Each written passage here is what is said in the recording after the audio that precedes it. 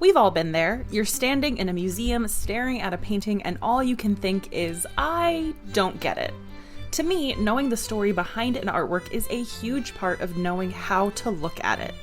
I'm Amanda, the host of the Art of History podcast, where we view history through the lens of some really great works of art. Each episode, we dive deep into the bigger picture behind some familiar and maybe not so familiar pieces. Check out Art of History now wherever you get your podcasts.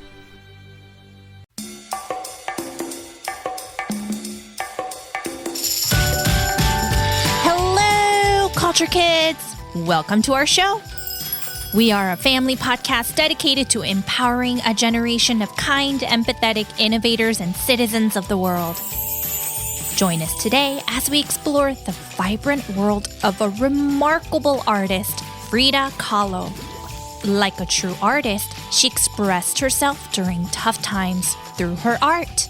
She painted her feelings and emotions on canvas using bright colors and beautiful images to show what was going on inside her mind and heart. Hello, my name is Asher and I'm your host along with my mom, Kristen. Hello. But before we dive into our episode today, let's hear from a few of our friends. We got curious and asked our friends to share some things they do when they have big feelings. Awesome! And here's what they said. Hi, my name is Nari, and when I get angry at my sister, one of the things I like to do is draw pictures or hug my mom, and that helps me feel a lot better. Hi, my name is Nathan Troy. So what I do when I have big feelings, I can count to 10, just relax, and then I can talk about it with my parents or teachers in school. When I argue, I can calm down and figure out a solution. Hi, my name is Senna, and whenever I am mad at anybody, I like to listen to music to calm myself down. Another thing I do is I will step away from the conversation and take deep breaths. Hi, my name is Jonah, and when I get angry, I sometimes like to play sports. Wow, thank you for sharing, everyone. Those are all very good ideas. Sometimes when we feel sad, angry, or disappointed, our bodies might not know exactly what to do.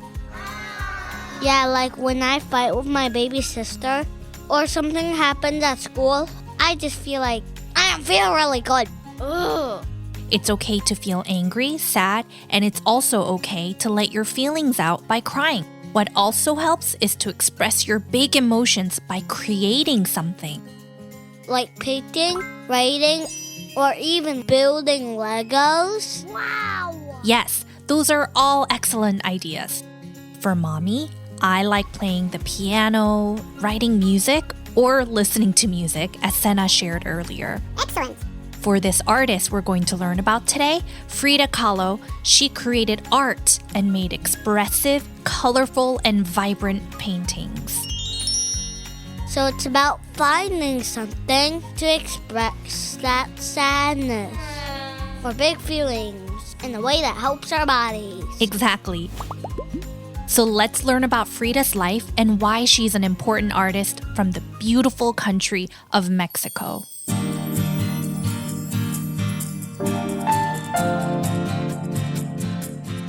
Frida was born on July 6, 1907 in Coyoacan, Mexico City. Frida's full name was Magdalena Carmen Frida Kahlo y Calderon. But people called her Frida. Yup, as a child, Frida loved exploring her family's garden, which was filled with all sorts of plants and animals. She had 3 sisters, and their family was very loving and close to each other. But when she was just 6 years old, Frida became very sick. She contracted a very serious illness called polio, and though this made her childhood more challenging, it did not stop her from having fun and being adventurous. And it made her right leg weak. That meant she couldn't walk or run as easily as other kids. But Frida was determined and didn't let polio get the best of her. Instead, she worked really hard to overcome it. She did exercises and practiced walking with a special brace on her leg. Frida also loves spending time in her family's garden, exploring the worlds of plants and animals. This love for nature and her family's support gave her a lot of happiness and strength during her tough times. And Frida didn't let polio stop her from living a colorful life. But again, when she was 18 years old, she got into an accident. Yes, this accident left her in a lot of pain for the rest of her life. Her recovery was long and painful, and she spent a lot of time laying on her bed. And left her in a lot of pain. But it was during this time that she began to explore her love of art. Her father, seeing her passion for creating, set up an easel by her bed and provided her with painting supplies. This allowed Frida to express her feelings through art. She started painting self-portraits, Which is painting of yourself. That's what self-portrait is. Yep. And over time, her art became a powerful way for her to cope with her pain and strong emotions. And when she felt happy, sad, or even in pain, she painted it. Yes, her painting were like a diary that tells the story of her life. Even though she went through a lot of hard things, she was able to create and make something to share herself with the world. But why is it helpful or important to create something when you have a lot of emotions and big feelings? That's a really good question. When you're sad, it can feel like your emotions are bottled up inside you. I don't want to. Creating something, whether it's art, music, writing, or even just talking to someone, can be like opening the bottle and letting those feelings out.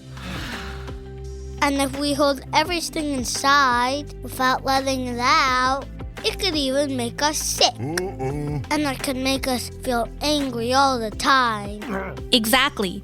Those big feelings will just build up in our bodies over a long period of time. Just like Frida did with her art, creating something when you're sad can turn pain into something beautiful. And remember what Mommy always says about art? That it doesn't have to be perfect. Yes. Exactly. Art is not always about making something look beautiful or pretty. Art is about creating something that is special to you. It's about sharing a message from the heart. As we mentioned earlier, Frida painted a lot of pictures of herself.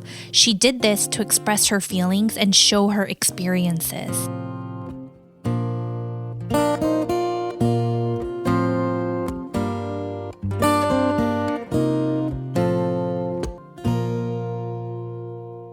Let's talk about Frida's art. Yay! And what makes it so unique and important. In her paintings, you'll see interesting things like animals, plants, and even tears. These are like secret codes that tell stories and shows her emotions. Frida also loved her Mexican heritage, so she included traditional Mexican clothing and folk art in her painting. She used bright and bold colors like red, blues, and yellows. These colors catch your eye and make her paintings feel alive. This made people proud of their culture and heritage. Oh, I love that.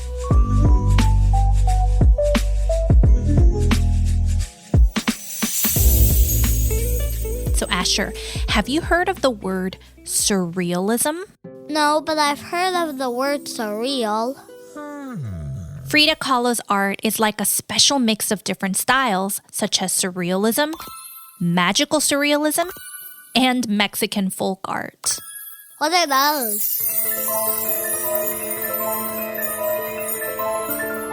Surrealism is like a dream world in art. Artists like Frida use their imagination to create weird and surprising pictures that make you think and wonder, just like in a dream. For example, clocks that melt like cheese, which comes from a famous painting by Salvador Dali. Wow. Clocks that melt like cheese? Oh my. I think I've seen that before. Melting clocks. It's a painting. So what is magical surrealism? So magical surrealism is like surrealism, but it's when your story becomes even more magical and exciting. For example, your elephant might have wings and take you on an adventure to a land of candy. It's like adding extra magic and wonder to your story. Magical surrealism sounds like a fairy tale. Magical surrealism makes viewers feel like they're in a whimsical dream world where anything can happen. So Mexican folk art is about Mexican culture? Yep, a Mexican folk artist uses colorful paintings, sculptures, and crafts to share the beauty of Mexico's history and culture with everyone.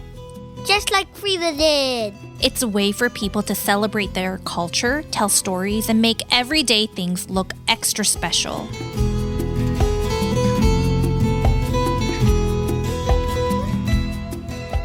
And to our Culture Kids family, just like Frida did, how could you create something to express your feelings? When you feel happy, sad, or even a little confused, you can use those feelings to make something fun, like a colorful drawing, tell a story, or maybe even a fun dance. This is fun. And if you ever need help with your big feelings, you can always ask a grown-up for help too. So let your emotions be your inspiration. You're welcome. And grown-ups, check out our Instagram page at Culture Kids Media to see a list of paintings by Frida Kahlo your whole family can explore together. By sharing these artworks with our young listeners, you can inspire their creativity, teach them about diversity and self-expression, and even explore the rich culture of Mexico.